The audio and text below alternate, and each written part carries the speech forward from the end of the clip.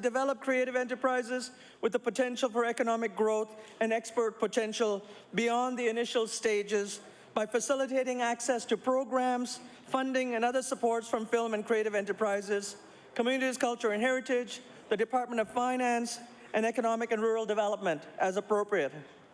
As a one-stop shop, Mr. Speaker, this initiative will increase financial investment in the sector, both at the macroeconomic and at the microeconomic level.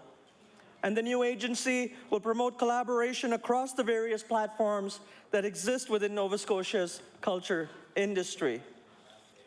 We know, Mr. Speaker, that there's still a great deal of work to be done. We will take the time to do this right, and we will ensure that the stakeholders and artists and people working in the creative sector will continue to have an opportunity to be heard. We will consult with the community in the next 6 to 8 months, and we're going to work with the partners to develop a 5-year strategic plan. We're going to review our instruments, our processes, our tools, and find new ways to help grow this creative economy in which we are becoming so competitive and so effective. The province, Mr. Speaker, will be recruiting a new Chief Executive Officer for this agency with the skills required to help fulfill the economic development potential of the film and creative sector in this province. And we are very much looking forward to this new Chief Executive Officer to leading that process of developing a 5-year strategic plan. The Department of Communities, Culture and Heritage, Mr. Speaker, will still be engaged in the creative sector. We continue to lead the development of policy in the creative sector. We continue to support new and emerging artists in developing new incubating spaces, of working with artists in artist-run spaces, and building within the framework of the 5-point plan. And we are very much looking forward to this new relationship with the agency and continuing this great collaboration that this starts with the Departments of Economic and Rural Development and Tourism, with the Department of Finance, and any other department that has an interest in developing the creative sector. Hear, hear. With that, Mr. Speaker, I want to commend the departments involved, to commend the Minister of Economic and Rural Development for supporting and shepherding and introducing this bill, my partners in the Department of Communities, Culture and Heritage, the Minister of Finance and her department, and the great team of people that have brought us to this day. Thank you, Mr. Speaker.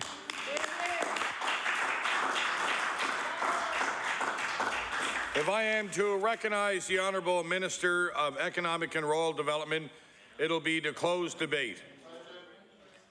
The Honourable Minister of Economic and... Okay, the question is for second reading of Bill 158, the Film Nova Scotia Act. Is the House ready for the question? All those in favour say aye. Aye. Those opposed? Motion is carried.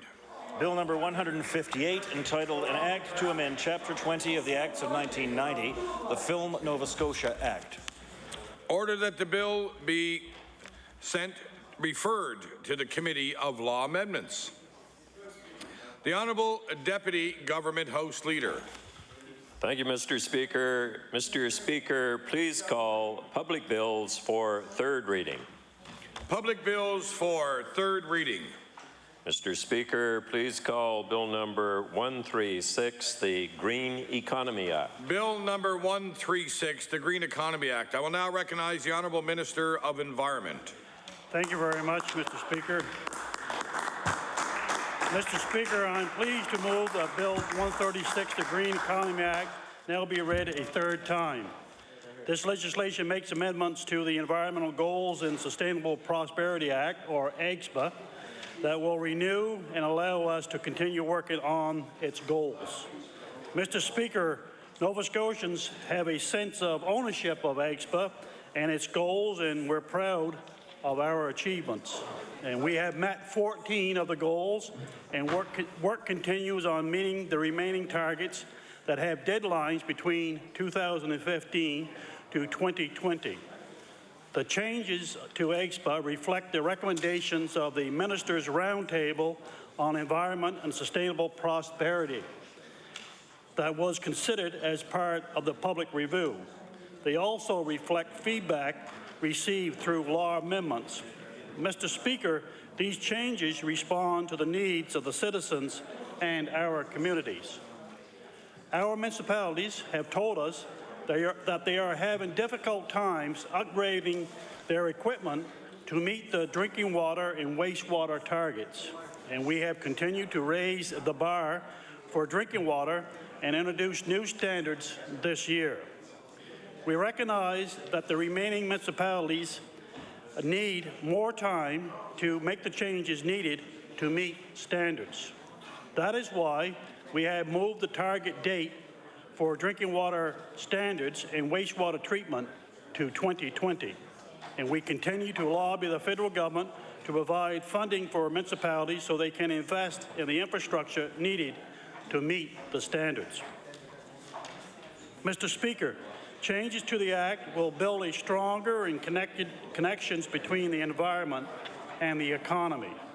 This connection is evident in the new goals that are being added, the first of which is to develop a renewable energy framework that will help the province move towards reducing its dependency on fossil fuels for electricity. And we will also develop a strategy by 2014 to advance the growth of the green economy. Mr. Speaker, this government has made considerable investment in our green economy, and we are seeing results. Many companies like Daewoo and Carbon Sense Solutions are creating good jobs for Nova Scotians and providing technology to help our environment. By developing a green economy strategy, we can build on the successes and create even more jobs for Nova Scotians. Mr. Speaker, the hallmark of EGSPA has been community involvement and consultations, which is why we are so pleased to add two more goals that were presented to government through law amendments process. Increasing local food consumption by 20%, locally sourced food, and increasing the number of local farms in Nova Scotia by 2020. Mr. Speaker, buying locally grown, caught, and produced food is a sound practice because it reduces the greenhouse gas required to ship foods great distances. It also provides Nova Scotians with healthier food choices and supports local businesses. The province will consult with retailers, fish and agriculture, and other key industries as we develop the plan to help us reach these goals. And Mr. Speaker, Nova Scotians can support these goals by buying local fish, seafood, meat, and produce whenever possible. Mr. Speaker, the changes to EGSPA will help us build on our successes and allow Nova Scotia to remain a leader in protecting our environment and growing our green economy. And Mr. Speaker, if Nova Scotia wants to move forward, we need changes how we view the future. So that path forward isn't just about prosperity, it's about sustainable prosperity, and this legislation will help us get there. Thank you very much, Mr. Speaker. The honourable member for Dartmouth East. Thank you, Mr. Speaker, and I'm pleased to stand today and just speak on third reading on the amendments to the Environmental Goals and Sustainable Prosperity Act.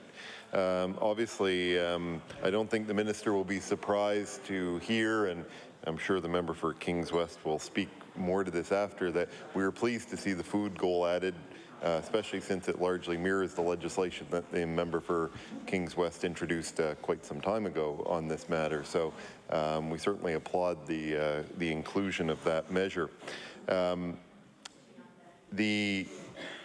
When it comes to the wastewater and the water quality issues, while I'm obviously happy to hear the minister say that he's lobbying the federal government for funding, which I think should do, it's probably going to take more than that.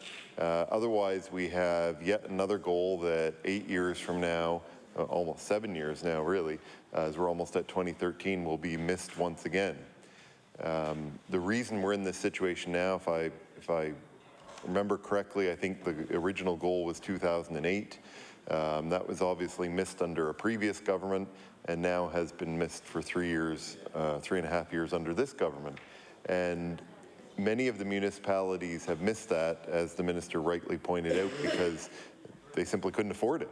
And he's right, they couldn't. But to simply extend the goal, but not come forward with budgetary measures, which obviously would be not part of this bill, but without coming forward with some kind of announcement that there is a plan to move those municipalities towards meeting that goal is a bit disappointing. Even if the minister is successful in getting money from the federal government for this program, it would almost certainly require cost sharing by the province, which means one has to assume that the province is willing to put money forward to do this. This is the kind of thing that, having been missed now 4 years overdue, really requires a strategy to meet those water guidelines. And that's something we would be looking forward to. The thing about the EGSPA legislation, and this isn't unique to this, it was obviously originally passed with all party support. And EGSPA, because it lacks has many targets and aspirations, but it lacks an enforcement mechanism or a penalty mechanism, means that if a goal is missed, it's missed.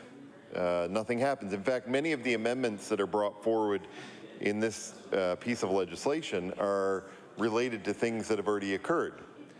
For example, the government already changed the mercury target, so the fact that that's in this legislation is now largely irrelevant, because those things, those changed mercury targets are already in place and already being treated as law by Nova Scotia Power. And there are 2 new targets. The new targets are good. The green economy targets make sense. I think they make a lot of sense. But I think we need a plan on a go-forward basis as a province to ensure that the aspirations that we have in this legislation to make the province more green, more environmentally sustainable, and so forth, actually have a strategy behind them so they're met. It's not enough just to say that we want to have a green economy, just the same as it wasn't enough to say that the drinking water standards had to be met by 2008.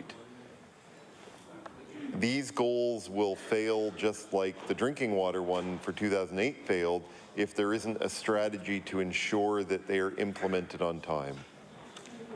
I was asked at the time that the minister announced this whether this was a public health issue. And I answered, and I still believe this, that the government really didn't have much choice in the case of the drinking water standards, because even if you had a plan today, it would probably take many municipalities 8 years to put it in place. Maybe a few years less in some cases, but I think 8 years is probably a reasonable target for most of those. So whether there is that potential for a public health concern is a serious question, is an important question, but it's one which points to the fact that at this point, all the government can probably do is to ensure that the next target is actually met. And that's something that I would like to see after this legislation passes, as I assume it would, that a target is there. And it goes to the food policy as well. It's a very good it's a very good target. But if we turn around and come to the point, I don't remember off the top of my head what the year is in the bill in the amendment, but if we come to that point and that target is not met, well, there's no ramification, there's no penalty, there's no nothing. Government doesn't have to do anything to make that happen, and so we need to have a strategy to ensure that the food targets are met. We need to have a strategy to ensure that the other targets are met, so that when we talk about one of the amendments in here was talking about a wetland strategy, and if I remember the amendment off the top of my head, it was somebody said that a wetland strategy will be done by 2009. Well, of course, that amendment was put in place because it's already been done. So it's more of a housekeeping matter, and that's fine. There's nothing wrong with doing those housekeeping amendments, but I don't think, and I would hope that the minister, as the Minister of the Environment, wouldn't want to have to keep coming back to amend the legislation to say, we didn't meet these targets, and so we're going to amend it to give us more time. Instead, we need to move forward with a strategy in this province and from government to say how we are going to meet those targets in this legislation. Otherwise, the aspirations in the legislation become meaningless because, as I said, there are no penalties. There is no enforcement mechanism. And so it has to be backed up by action, and it has to be backed up by a plan. And perhaps, obviously, the targets around the green economy are extremely important. They're extremely important for economic reasons. They're extremely important for changing the way we look at the economy. But the drinking water ones are particularly important because of that very important question that I was asked on the day the minister introduced it, which is it a public health issue? And of course, it is a potential public health issue. And so things like that have to have a strategy behind them. So, you know, Madam Speaker, I will say that we are obviously happy with the food targets being added. We support the green economy strategy. I think it's no surprise to this House that we were disappointed by the change in the mercury targets early on, but those are already the law and already passed.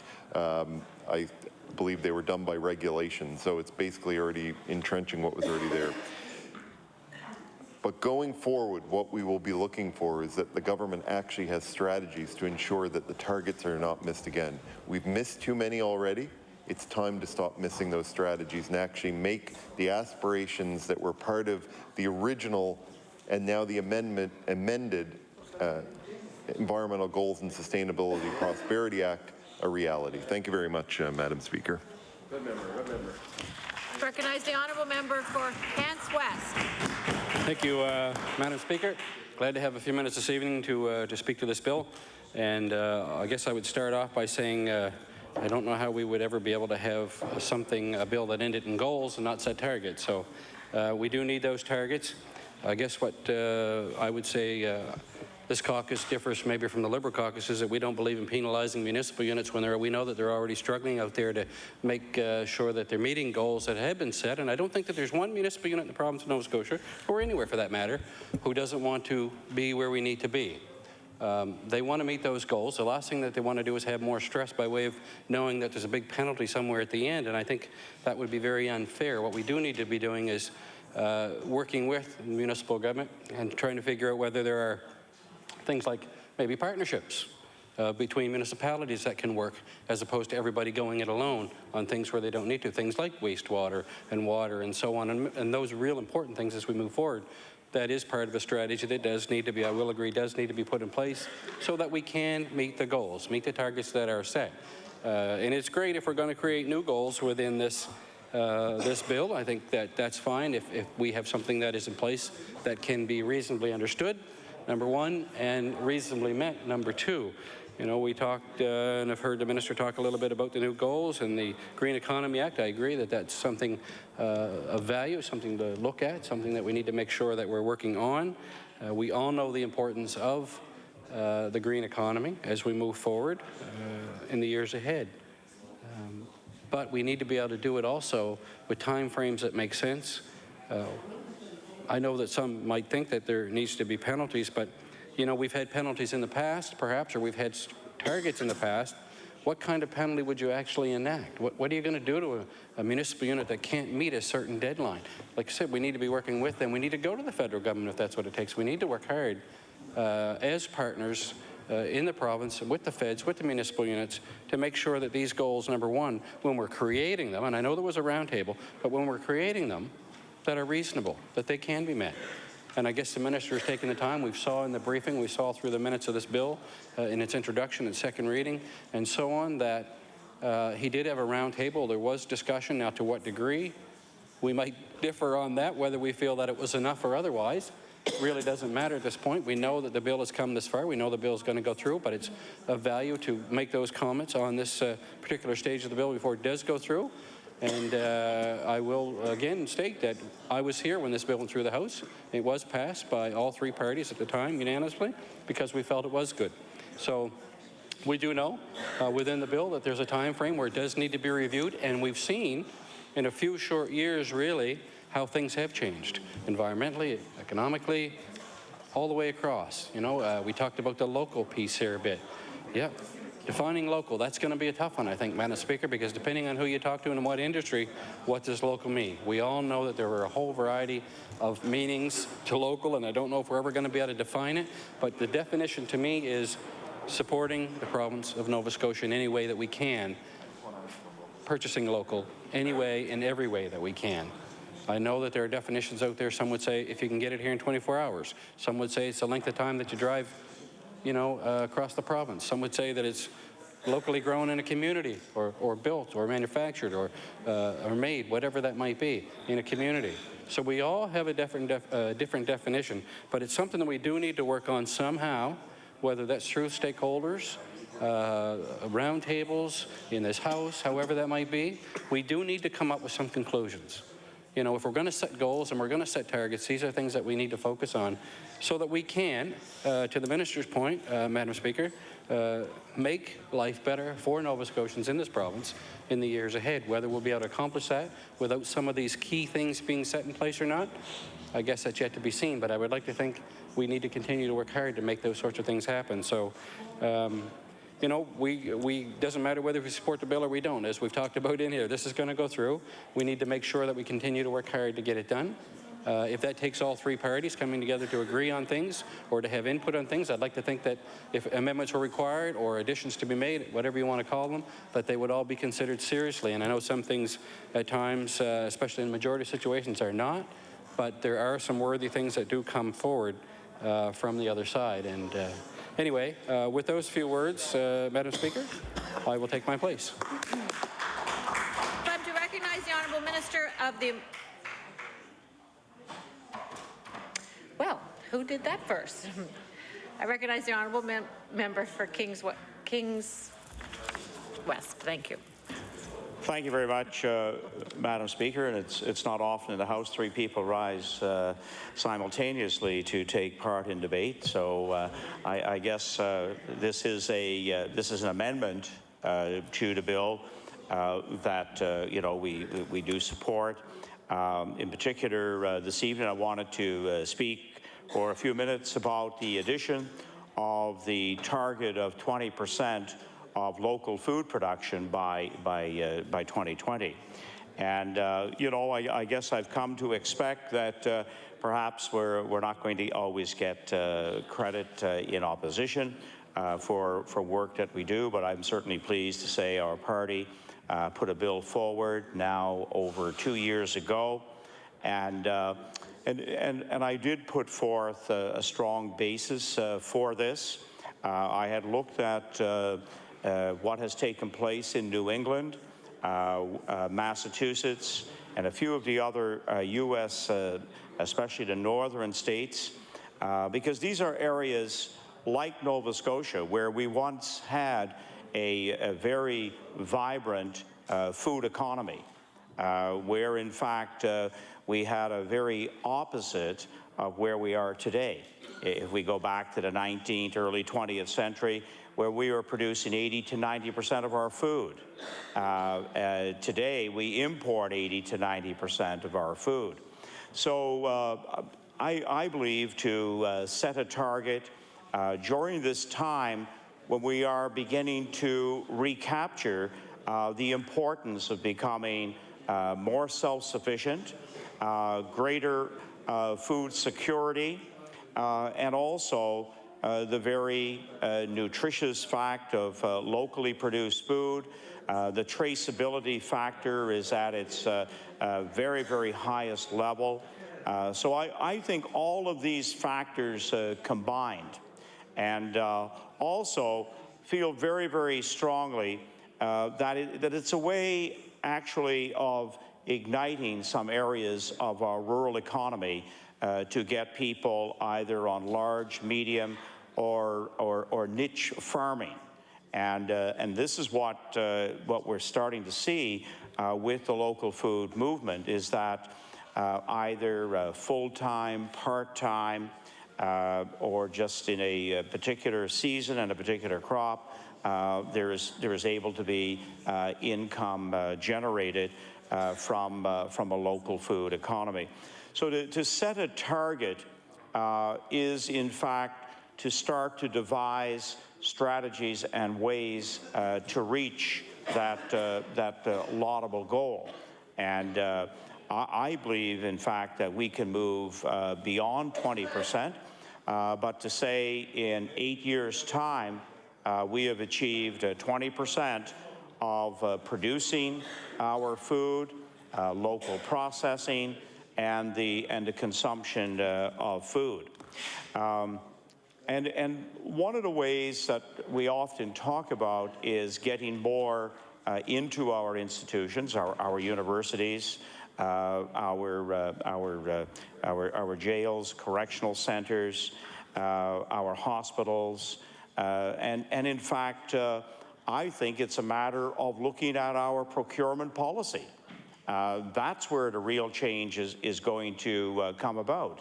And I don't hesitate for a moment to say, if we have the will to do it, along with good policy, not necessarily hard and fast legislation, but good policy can in fact help us realize and achieve a greater amount of locally produced food.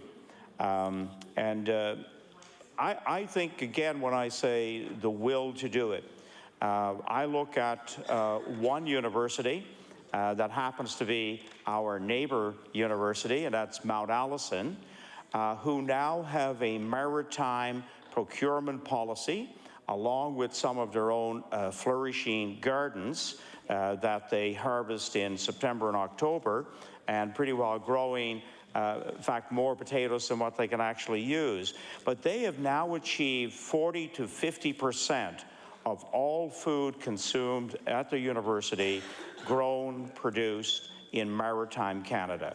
And that has, you know, that has taken a significant, investment of time, planning, and a strategy to reach that goal.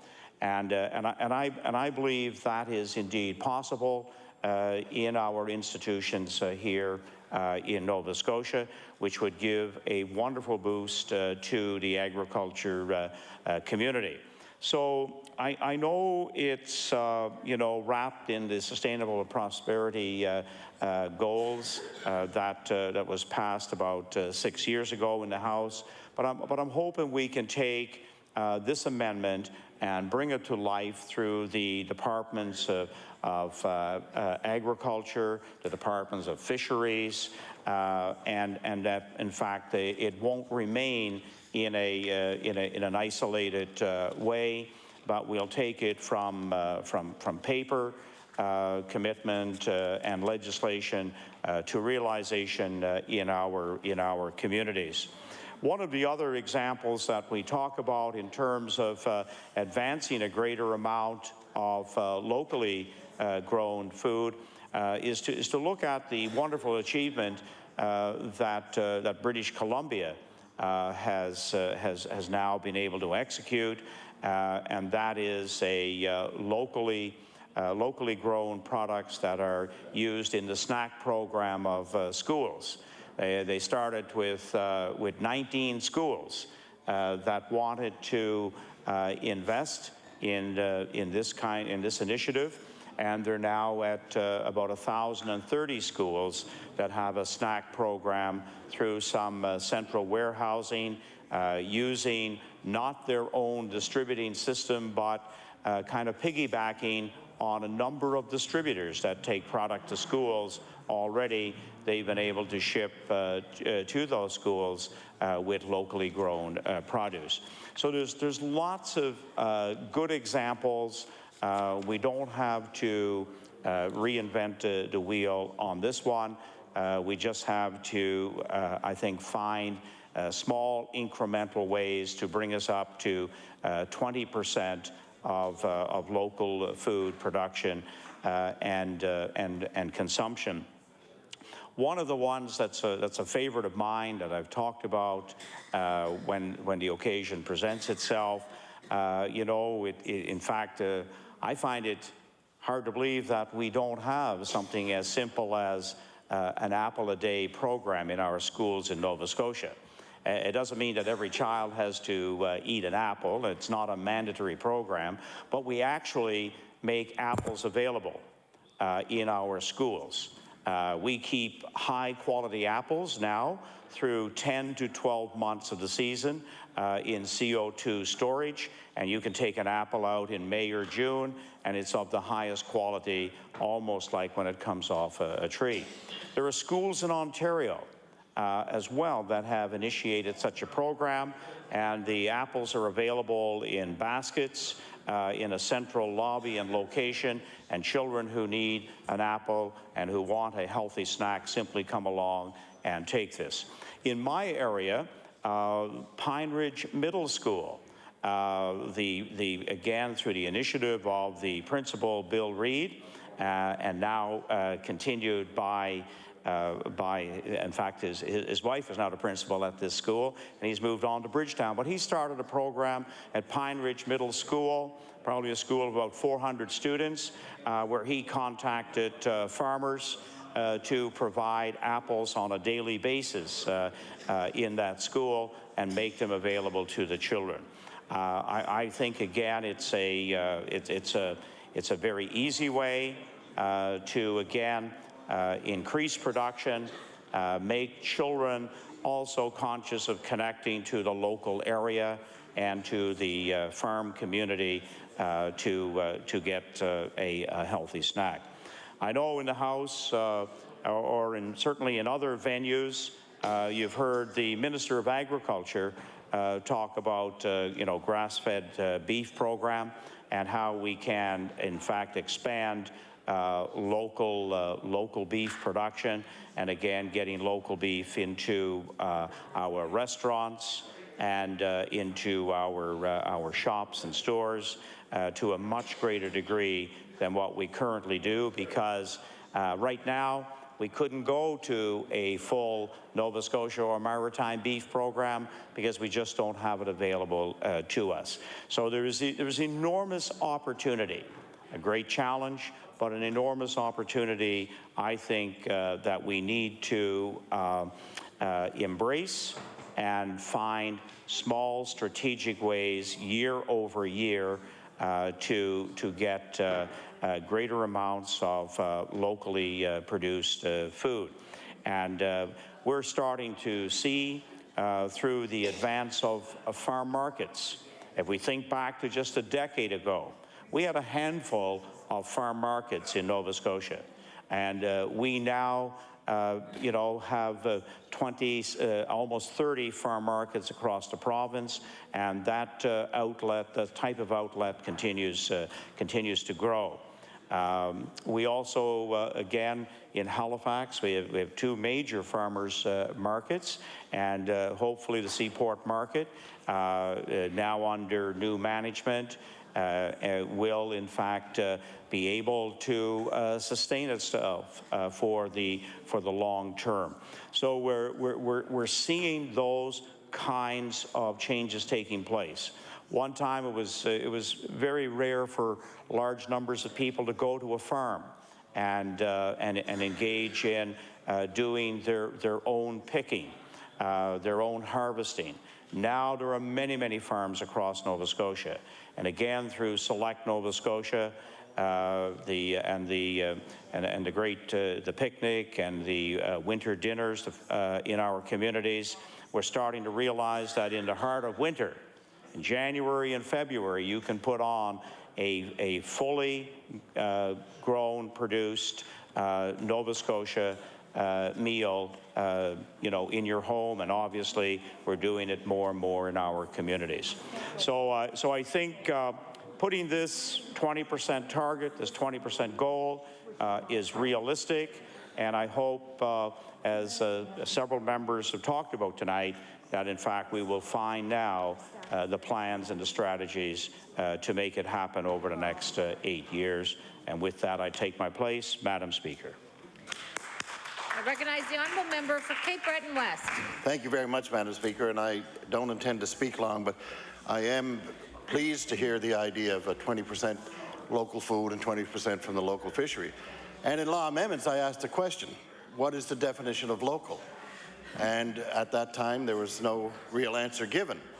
And then one of our colleagues from the opposite side, the government side, said, what would my definition of local be? Well, my definition of local, Madam Speaker, would be anything that's produced in the province of Nova Scotia. And I think that that's a fair, reasonable explanation. And I think that if this is going to have a benefit to our farmers and our fishermen, then it has to be produced in Nova Scotia. And I'm just hoping that the definition, when it does come, is not like the definition of clear cutting, which took 3 years to get here. Nobody understood it, and the industry didn't like it when it got here. I just hope I certainly hope that when we're talking about the food industry in the province of Nova Scotia, we're talking about the fishing industry that's related to what's in this bill, that local will mean produced by Nova Scotians in the province of Nova Scotia for the use of people in Nova Scotia and other areas. Thank you.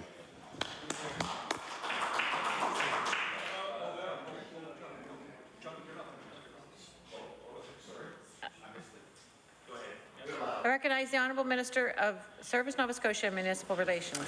Thank you, Madam Speaker. Just wanted to give a few comments, and in particular on the section of this legislation that deals with 5% increase in the number of farms by 2020 and 20% local content purchased in the province. The member indicated, the member from Cape Breton West indicated 20% agriculture, 20% fish. The clause indicates 20% local, which is fish or agriculture. So it's 20% with the combination of the two.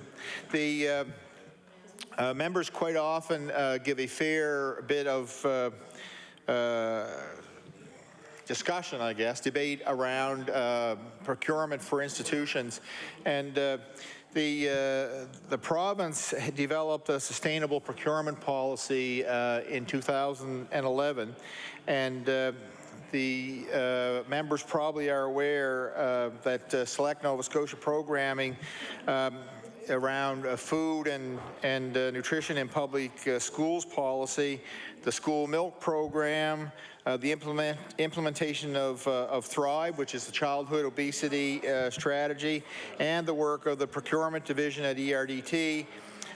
So all of these bring buyers and local producers and processors together to support local foods in publicly funded institutions. Now, I'm not sure if members will remember, but there was after that policy came out in 2011, there was a forum where we brought stakeholders together. The following 4 sectors were considered, Madam Speaker, and that's academic institutions, which is university and community colleges, the public schools, provincial correction facilities, and healthcare facilities, Madam Speaker. I think members should think that when it comes to the public institutions, this is not necessarily the big winner when it comes to agriculture, because, number one, it's a small volume. There is some potential for the industry to enter that volume, but there are some concerns. Number one, it's small volume. Number two, it's a low price area for the industry. So, and the ability to enter that market really runs into some barriers related to the interprovincial trade agreement that we share across the country. And Madam Speaker, so there are some issues around the ability for processors, I think, would be the best place to enter this market, but that doesn't mean the door is closed to them. It certainly is not. You're not going to have a world where a farmer walks in the back door of the hospital with a bag of turnips and delivers them. The whole mechanism for the sale or the the contracts that allow for the delivery of food in those institutions is quite complicated, and you have to be a rather sophisticated sector of the industry that can actually tender, for those contracts and hopefully have them awarded. So there are some benefits to trying to enter that market, but it's not an easy place for when we think about the agricultural sector to go there. And I think most people think of that in terms of farmers. It would take a fairly sophisticated marketing division of a particular operation in order to be able to supply all the components of one of those contracts in order to get that to win that contract. So I think members should just be aware that local procurement is for institutions is not the big winner. Probably the better place, I think, would be for us to think about what the value add side has to do in relation to the agricultural sector. This would certainly be the restaurants in the province, and also in the retail side, on the grocery store side. These are areas where farmers have been able to discuss with the large chains, and actually more and more have gotten access to the particular markets that we're thinking about here. So when the member for Kings West talked about Mount A, this certainly wasn't a government dictate. This was an initiative on the part of the university. They wanted to move to get more local, and they took a maritime view, not just a New Brunswick view. And I think, and perhaps to their credit, I think that if Nova Scotia was to look toward, if you were thinking about procurement of potatoes, it probably would turn out to be the PEI may fill that contract better than say someone in Nova Scotia. So the issues around why we want to pursue 20% of local content have as much to do with the economy, keeping Nova Scotians' money in our own economy rather than that product, paying for something from California. And when we talk about the turn of the century, the turn of the 20th century, I guess, the impacts, what we were able to do in Nova Scotia as far as supplying that level of local content, and the member for Cape Breton West, I think when he said his definition of local is Nova Scotia, that would be my definition of local. When we try to direct policy in agriculture around a local content, we're putting together programs and hopefully incentives for the Nova Scotia agricultural sector, not the agricultural sector in another province. So for us, our investment is around doing things in Nova Scotia. So so number one would be to try to raise the level of food security as much as that's possible. And I think members never think about when you go to the grocery store, all of the milk, chicken, and eggs that are there are by and large are Nova Scotian. We are 100% sustainable in those three areas.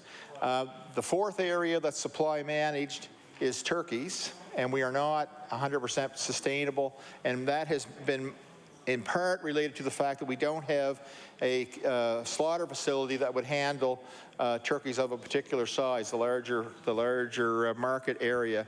And so there have been some issues around being 100% sustainable in the poultry industry, in particular for turkeys, but as far as chicken, eggs, and milk, we certainly are. And there are international and interprovincial agreements around the movement of other products. And for example, in the case of chicken in Canada, the foreign market, actually the foreign suppliers, have access to 7% of last year's production.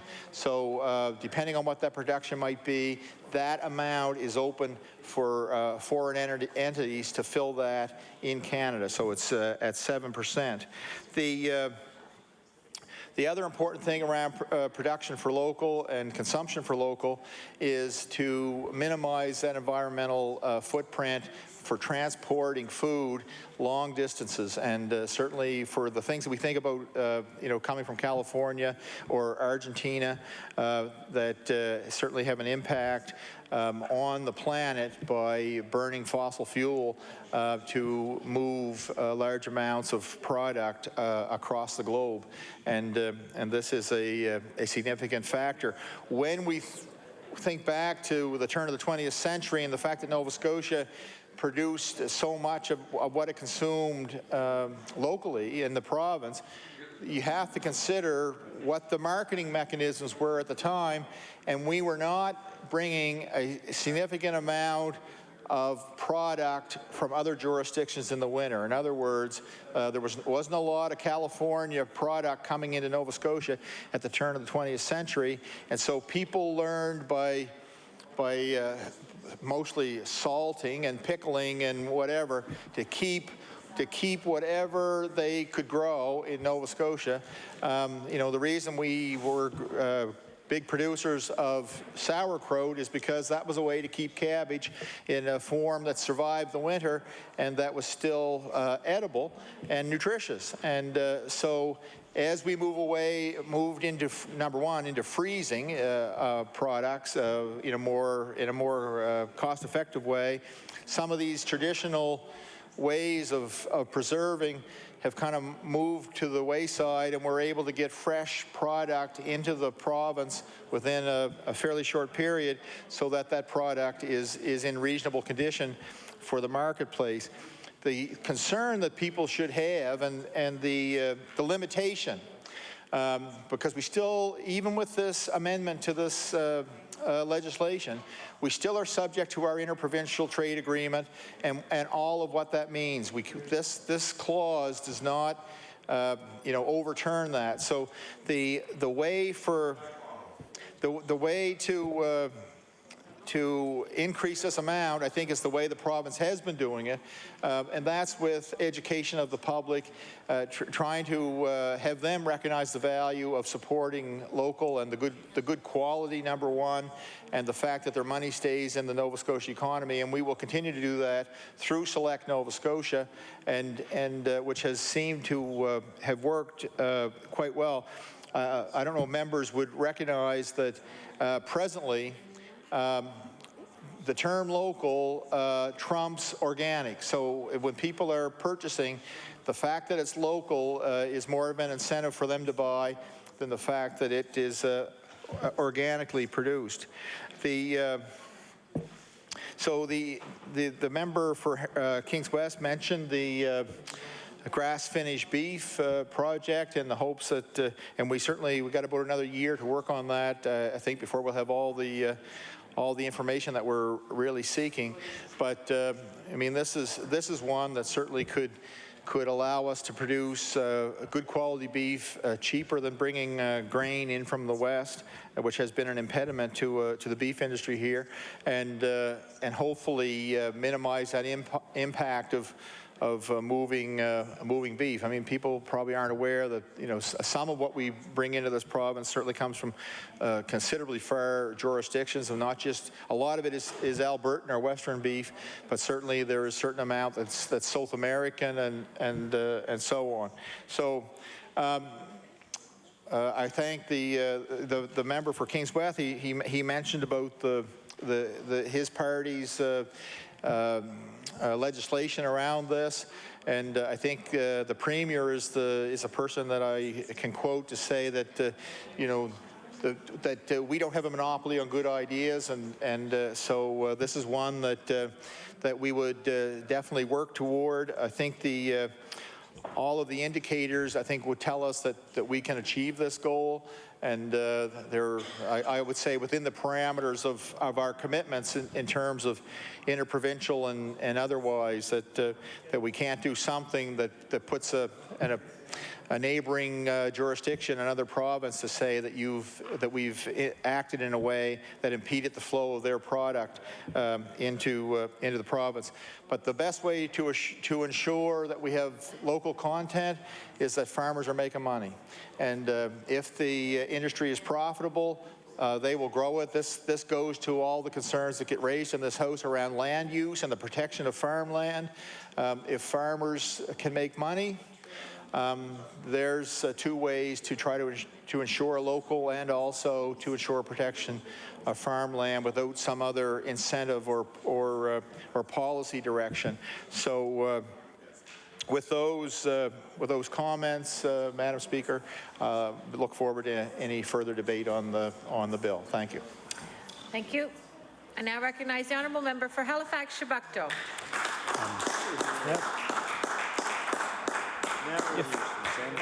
If I understand it correctly, Madam Speaker, buried somewhere within the exchange of one's grandmother's recipe for coleslaw and the advice that everyone should eat an apple every day, there appears to be all-party agreement in support of this bill.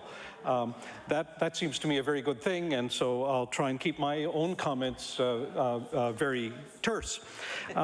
What we have here is the first official update of the Environmental Goals and Sustainability Act, which was passed originally in 2007 by unanimous consent of this House. It had all-party support at the time, and included in that statute was a requirement that there be a formal review after 5 years. And now we're dealing with the changes to be made to the statute as a result of what was a widely participatory process headed up by the Roundtable on Environment and the Economy, which shelters within the Department of Environment. It was a very good process. It was one in which many entities, many individuals and organizations in the province participated. In fact, I was struck when we had submissions at law amendments with respect to this bill that the Ecology Action Centre and the Federation of Agriculture both appeared and supported each other in terms of their observations about the bill and in support of it. That, I think, can only be seen as a very good thing. The essence of the Environmental Goals and Sustainability Act is that it does set out things that are called goals. They're commitments. They're political commitments. Several members, I think, have used the term aspirational, and that's the right term to describe what it is that is included in EGSPA and what is included in this update of EGSPA. The goals are not in and of themselves enforceable. They're not something the failure of which failure to reach would entail penalties on a government or on a minister or on a department or on anyone. But they set standards, and that's the important thing. They set aspirational standards that we're looking to achieve. Specific enforceable regulations appear elsewhere in other statutes. They could appear, for example, in the Environment Act, or they could appear in some of our health regulations.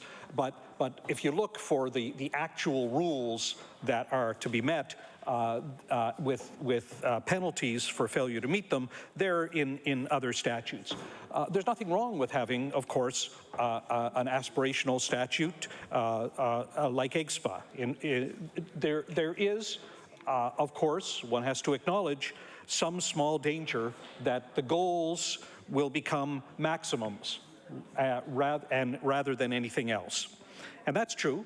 That is true. That is a potential downside of having such a statute.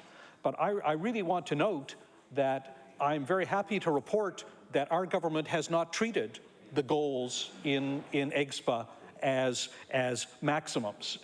In fact, in advance of this mandated 5-year review, our government introduced much better targets for renewables and electricity than were set out in EGSPA. This showed flexibility in thinking, and in fact, it's been one of the better accomplishments of this government so far. I'm very happy with it, and I think we're to be commended all around for that. And it does illustrate that even though goals do have the danger of being maximums, A government doesn't have to treat them that way. A government, in fact, of course, can go beyond them. I'm particularly happy that this change to EGSPA emanated from a wide public participatory process. No one, no individual, no one group, no one political party certainly owns all the wisdom in the world.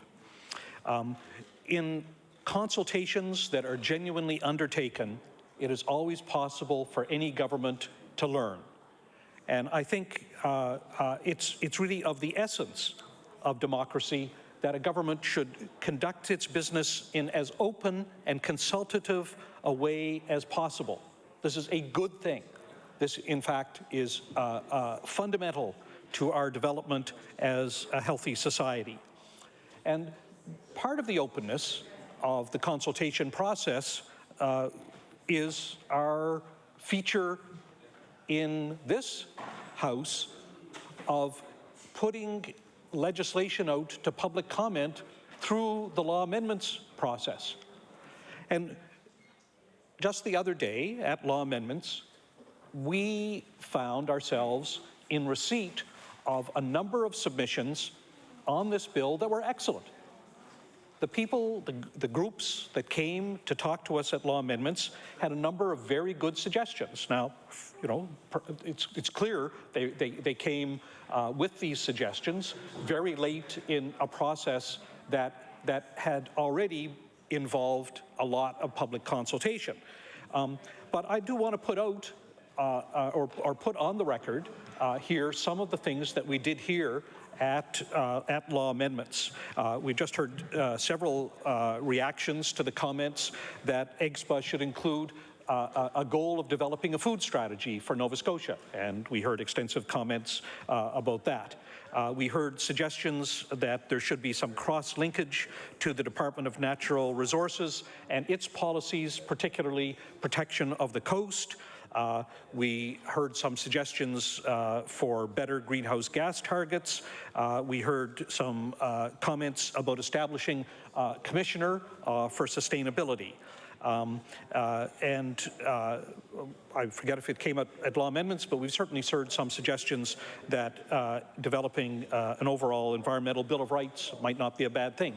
These are all very interesting and sensible suggestions, and I hope that my government continues to show the flexibility it showed in changing our renewable electricity targets, and we'll consider some of these. It's fairly clear that when it comes to food policy, that this is very much on the mind of the Minister of Agriculture, and it may well be that we will see development of some of these documents.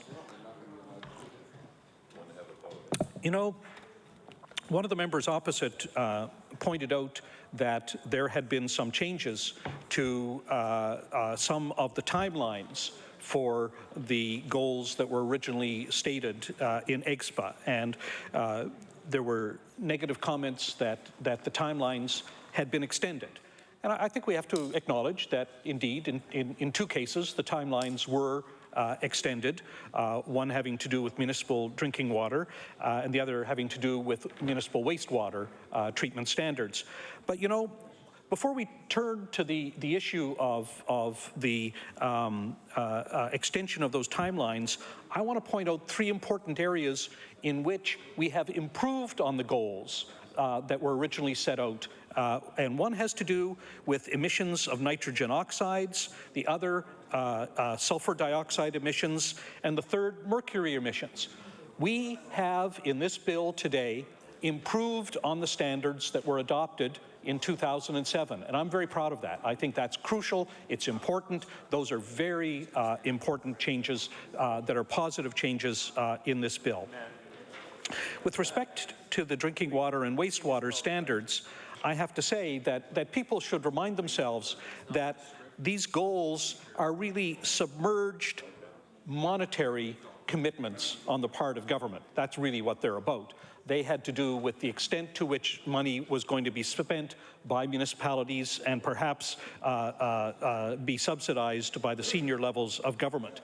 It does not mean It does not mean that unhealthy drinking water is going to be tolerated. There will still be, if necessary, boil water orders that will be extended. But I just wanted to say that I'm very proud of the updates and the that have been included in this statute, and I'm very thankful that, again, it looks as if there will be all-party support for this statute. Thank you very much for the opportunity to speak. Time to recognize the Minister of the Environment. It will be to close debate. Thank you very much, Madam Speaker. Madam Speaker, I want to thank all the members for their engagement tonight, and I move that we close debate on Bill 136, third reading. Thank you very much. Question is for third reading of Bill number 136, the Green Economy Act. All in favor say aye. Aye. Those opposed, nay.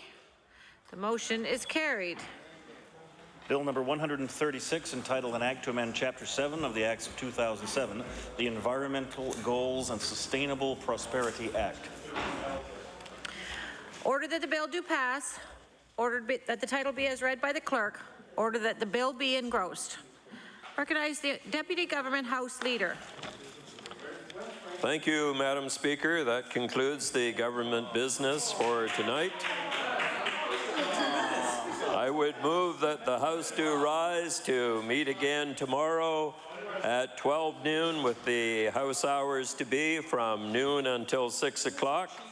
After the daily routine, the government will call a second reading, Bill 159, third reading, Bill 143, bills in Committee of the Whole House, clause by clause, bills 94, 144, 147, and with consent of the House, unanimous consent of the House, private and local bills, Committee of the Whole House, clause by clause, 117, 129, 130, 139, and 146. And if time permits, address and reply. The motion is that we do now rise to meet again tomorrow, Tuesday, December the 4th, between the hours of 12 noon and 6 p.m. All in favor say aye. Aye. Those opposed, nay. The motion is carried.